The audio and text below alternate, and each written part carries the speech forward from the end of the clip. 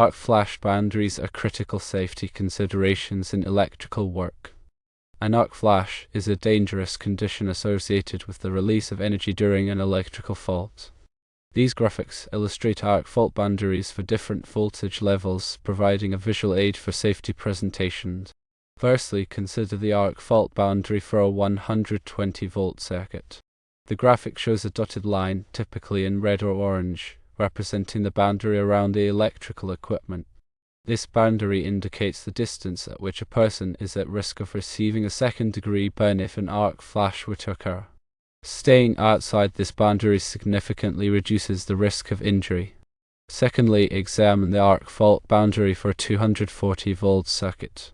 Similar to the 120-volt circuit graphic, this diagram outlines the danger zone. Note that the boundary distance will likely be greater for 240 volts compared to 120 volts due to the higher voltage and potential energy release.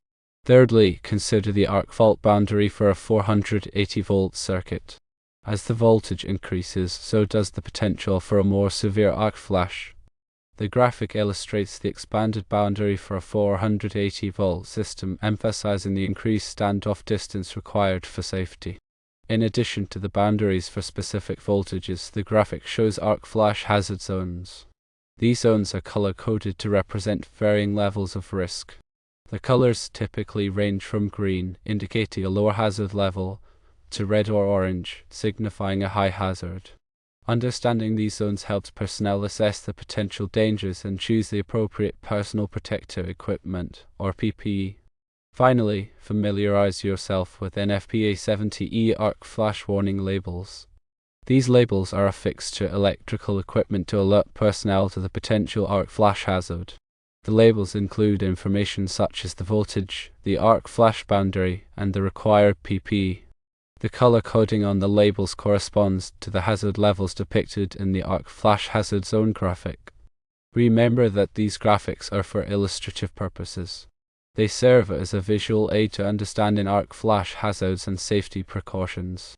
They are not a substitute for a thorough understanding of NFPA 70E and other relevant safety standards. Always consult the latest edition of NFPA 70E for specific safety requirements and guidelines. To use the graphics in a presentation, right-click on the desired image and select Save Image as to save the image to your computer. Open the PowerPoint presentation. Insert the saved image into the PowerPoint presentation. Adjust the size and position of the image as needed. Arc flash hazards can be caused by a number of factors, including accidental contact with energized parts, equipment failure, and improper work procedures. To prevent arc flash incidents, it is essential to de-energize equipment before working on it, use appropriate PPE, and follow safe work practices. Electrical safety is paramount. Never take shortcuts or disregard safety procedures. Always prioritize your safety and the safety of others when working with electricity. These graphics, along with a thorough understanding of safety standards and procedures, can contribute to a safer working environment. The potential energy released during an arc flash can cause severe burns, blindness, hearing loss, and even death. The temperature of an arc flash can reach thousands of degrees Fahrenheit, vaporizing metal and causing explosive pressure waves. The intensity of an arc flash depends on the voltage, current, and duration of the arc. Higher voltages and currents result in more intense arc flashes. The duration of the arc also affects the severity of the incident. Arc flash boundaries are calculated based on the potential energy release. The calculations take into account factors such as the voltage, current, clearing time of protective devices, and working distance. Arc flash hazard assessments are performed to determine the potential arc flash hazards in a particular location. The assessment involves identifying potential arc flash sources, calculating arc flash boundaries, and selecting appropriate PPE. PPE for arc flash protection includes flame-resistant clothing, face shields, safety glasses, gloves, and hearing protection. The type of PPE required depends on the potential arc flash hazard level. Regular inspections and maintenance of electrical equipment are essential for preventing arc flash incidents. Damaged or worn equipment can increase the risk of electrical faults. Training is crucial for all personnel who work on or near electrical equipment. Training should cover arc flash hazards, safety procedures, and the proper use of PPE. Safe work practices include energizing equipment before working on it, using lockout/tagout procedures, and maintaining a safe working distance. Lockout/tagout procedures are used to ensure that equipment is de-energized and cannot be accidentally energized while work is being performed. A qualified person is someone who has the skills and knowledge to perform electrical work safely. Only qualified persons should be allowed to work on or near energized electrical equipment. The NFPA 70E standard provides detailed requirements for electrical safety in the workplace. The standard covers arc flash hazards, safety procedures, and PPE requirement. It is important to stay up to date on the latest edition of NFPA 70E. Continuous improvement is essential for maintaining a safe electrical work environment. Regularly review safety procedures and identify areas for improvement. Consider conducting regular safety audits to assess compliance with safety standards. Promote a safety culture in the workplace.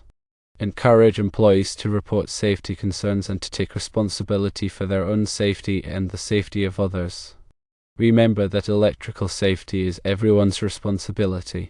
By working together, we can create a safer work environment for all. The key to mitigating arc flash hazards is understanding the risks and implementing appropriate safety measures. These measures include engineering controls, administrative controls, and personal protective equipment. Engineering controls involve modifying the electrical system to reduce the likelihood of an arc flash. Examples of engineering controls include using current-limiting fuses, installing arc flash relays, and increasing the distance between energized parts. Administrative controls involve implementing safe work practices and procedures. Examples of administrative controls include energizing equipment before working on it, using lockout/tagout procedures, and providing training on arc flash hazards. Personal protective equipment, or PPE, is the last line of defense against arc flash hazards. PPE includes flame-resistant clothing, face shields, safety glasses, gloves, and hearing protection. The selection of appropriate PPE depends on the potential arc flash hazard level. It is important to note that PPE should only be used as a supplement to engineering and administrative controls.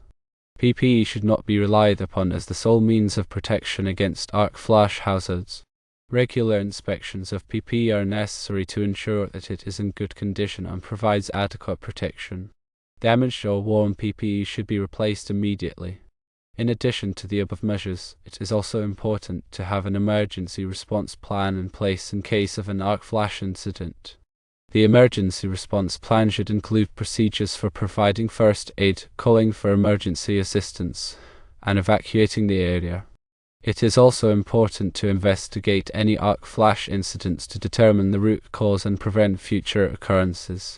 The investigation should involve gathering information about the incident, analyzing the data, and implementing corrective actions. Arc flash hazards are a serious concern in the electrical industry. By understanding the risks and implementing appropriate safety measures, we can significantly reduce the likelihood of arc flash incidents and protect workers from injury or death. Remember that safety is always the top priority. Never take shortcuts or disregard safety procedures when working with electricity. Always prioritize your safety and the safety of others. These graphics, in conjunction with comprehensive safety knowledge and practices, serve as valuable tools for creating a safer work environment.